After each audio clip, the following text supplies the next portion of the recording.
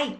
Okay, I'm experimenting with how to do this so that I can record Charlie and the Chocolate Factory for you so you can watch it whenever it works for you and your family.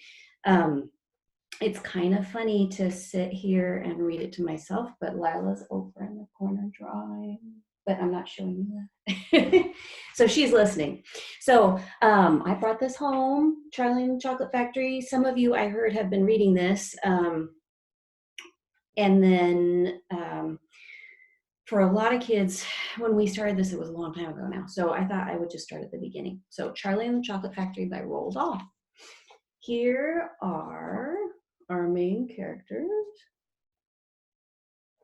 We've got Charlie Bucket, Mr. Willy Wonka, Augustus Gloop, Mike TV, Veruca Salt, Violet Beauregarde, and the Oompa Loompas. Says the dedication. Here's the dedication page. It's a very simple dedication for Theo. I feel like that's his son. I have to look that up again. I can't remember. Okay. It says there are 5 children in this book. Augustus Gloop, a greedy boy. Veruca Salt, a girl who is spoiled by her parents. Violet Beauregarde, a girl who chews gum all day long. Mike TV, a boy who does nothing but watch television. And Charlie Bucket, our hero. Here comes Charlie. These 2 very old people are the father and mother of Mr. Bucket. Their names are Grandpa Joe and Grandma Josephine. And these 2 very old people are the father and mother of Mrs. Bucket. Their names are Grandpa George and Grandma Georgina. This is Mr. Bucket. This is Mrs. Bucket. Mr. and Mrs. Bucket have a small boy whose name is Charlie Bucket. So here are Grandpa George and Grandma Georgina, Mr. and Mrs. Bucket. There's Charlie. This might be easier for you to see as opposed to being at the rug and being far away from me. See, there are advantages. Okay, this is Charlie. How do you do? And how do you do? And how do you do again? He is pleased to meet you. The whole of this family, the 6 grown-ups, count them, and little Charlie Bucket live together in a small wooden house on the edge of a great town.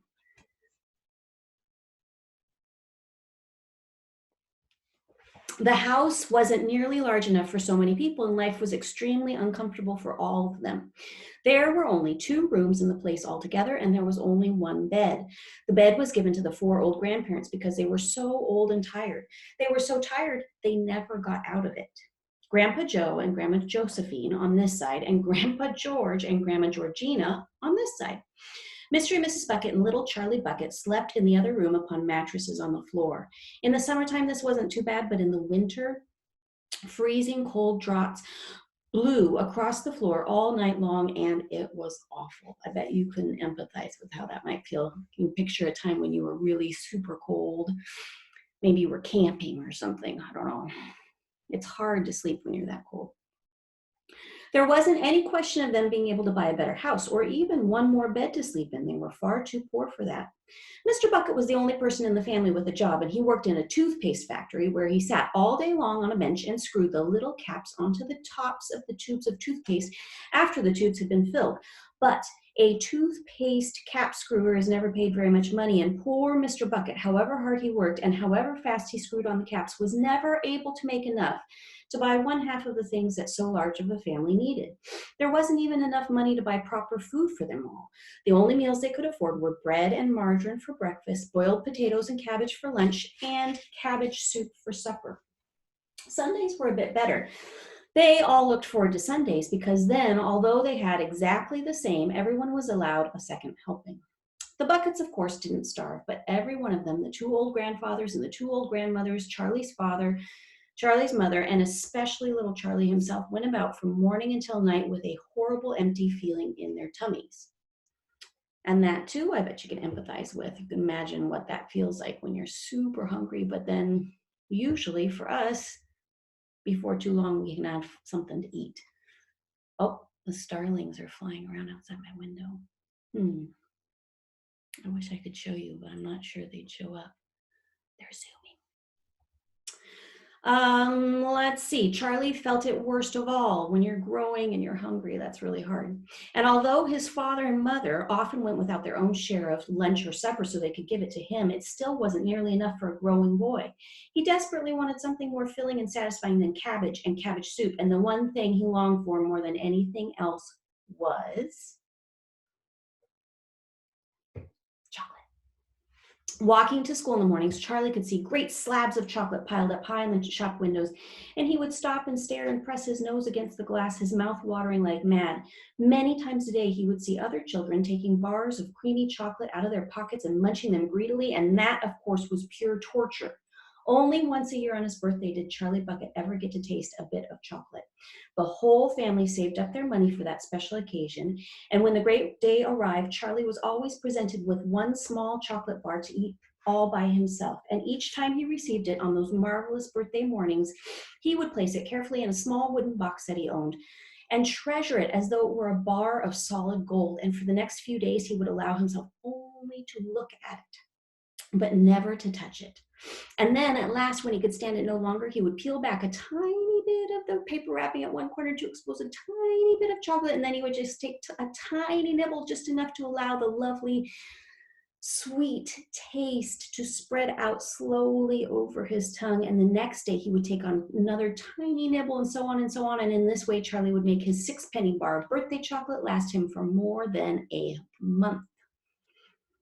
But I haven't yet told you about the one awful thing that tortured little Charlie, the lover of chocolate, more than anything else. This thing, for him, was far, far worse than seeing slabs of chocolate in the shop windows or watching other children munching bars of creamy chocolate right in front of him. It was the most terrible, torturing thing you could imagine, and it was this. Do you remember? In the town itself, actually within sight of the house in which Charlie lived, there was an enormous chocolate factory. It's all in capital letters. Let's see, can you see it down here? And then I believe that is the chocolate factory on the cover there. Just imagine that. And it wasn't simply an ordinary enormous chocolate factory either. It was the largest and most famous in the whole world. It was Wonka's factory, owned by a man named Mr. Willy Wonka, the greatest inventor and maker of chocolates that has ever been. And what a tremendous, marvelous place it was. It had huge iron gates leading into it and a high wall surrounding it, and smoke belching from its chimneys and strange whizzing sounds coming from deep inside it. And outside the walls, for half a mile around in every direction, the air was scented with the heavy, rich smell of melting chocolate. Don't you think Roald Dahl creates a really cool visual there with his word? Like, you can just smell it, can't you? Twice a day on his way to and from school, little Charlie Bucket had to walk right past the gates of the factory. And every time he went by, he would begin to walk very, very slowly, and he would hold his nose high up in the air and take long, deep sniffs of the gorgeous chocolatey smell all around him. Oh, how he loved that smell, and oh, how he wished he could go inside the factory and see what it was like. Okay, let's see. I'm going to try stopping this. We'll see how this goes. That's the first chapter.